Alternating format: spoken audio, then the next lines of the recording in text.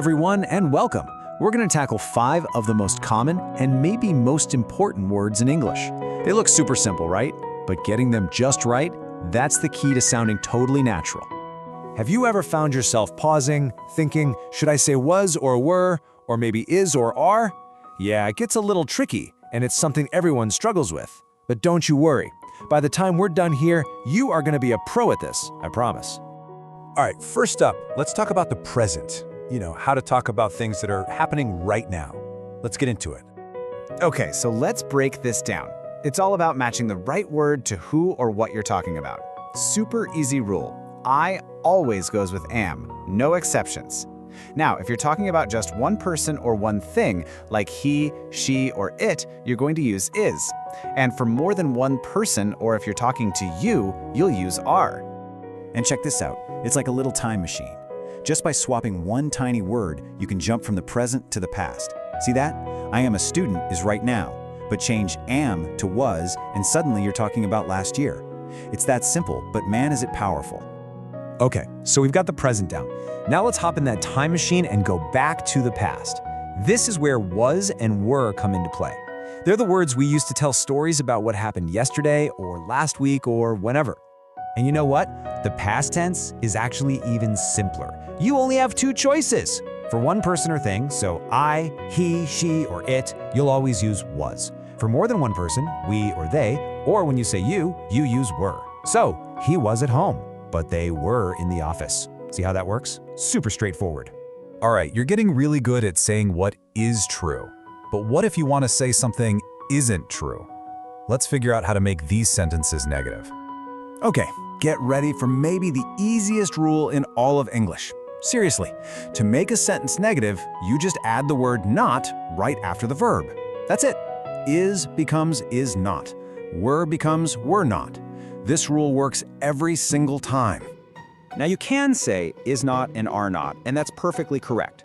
But if you want to sound really natural, like how people actually talk, you'll want to use the short forms, or contractions. So is not gets squished into isn't, and are not becomes aren't. This is a huge tip for sounding more fluent. And guess what? It's the exact same idea for the past. Was not shortens to wasn't, and were not becomes weren't. Using these little words is an absolute game changer for making your spoken English sound smooth. So let's see these in action. Look at this first one. I am not a teacher. Now, am not is a little weird. It doesn't really have a common short form, so we just say the full thing. But for the others, she isn't beautiful, and they weren't in the room last night. Hear how much smoother that sounds? It just flows better. Okay, before we get to the quiz, there's one more cool thing these words can do. They can also act as helper verbs. What does that mean? Well, it means they help show that an action is happening right now. There's a really simple 2-step recipe for this. Step 1, pick the right verb we've been talking about, is, am, or are. Step 2, take your main action verb and stick ing on the end. And that's it. You've made a continuous sentence.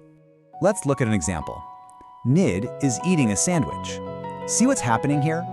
We've got nid, so we use is.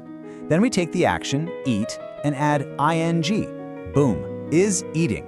This tells us it's happening at this very moment. Okay, theory time is over. You've seen all the rules, you've seen the examples, now it's your turn. Let's do a quick quiz to see what you've learned. You ready for this? All right, quiz number 1. She, a very smart student. What do you think goes in that blank? I'll give you a second. Okay, time's up. The answer is. She is a very smart student.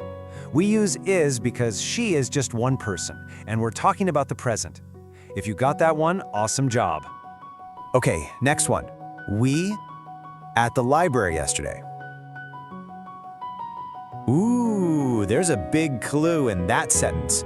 What do you think the answer is? And the answer is were. We were at the library yesterday. Why? Because we is plural, and the key word yesterday tells us we're talking about the past. Nice, you're doing great. All right, last question. This one's a little trickier. He not happy with his test score. So we need a negative word here. What's it gonna be? And the final answer is wasn't. He wasn't happy with his test score. We use was for he in the past, and then we make it negative. So wasn't is the perfect fit. You totally crushed it. And that's it. See? You now have the power to talk about today and yesterday with total confidence. The most important thing now is just to practice. So, why not start right now? Think about it. What's one thing you were doing yesterday and one thing you are doing today? Keep practicing and you'll be a natural in no time. Thanks so much for joining me and keep up the amazing work.